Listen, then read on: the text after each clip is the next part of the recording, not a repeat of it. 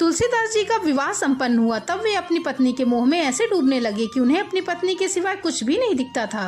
वे अपनी पत्नी के बिना एक पल भी नहीं रह सकते थे। जब तुलसीदास जी एक दिन रामकथा कह रहे थे तब उनकी पत्नी उनको बिना बताए मायके चली गई और जब ये बात उनको पता चली तब वे तेज आंधी तूफान में पत्नी के मोह में अंधे होकर मिलने के लिए घर से निकल गए। रास्ते में एक नदी मिली जिसमें तेज बाढ़ आ चुकी थी। उसमें एक बहती हुई लाश को लकड़ी समझकर नदी पार कर गए और एक मरे हुए सांप को रस्सी समझकर उसमें चढ़कर अपनी पत्नी के कमरे में पहुंच गए।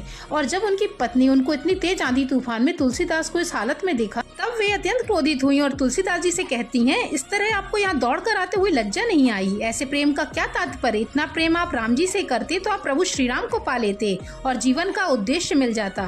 तब रत्नावली की बात से वे बहुत प्रभावित हुए और उन्हें अपनी गलती का एहसास हुआ।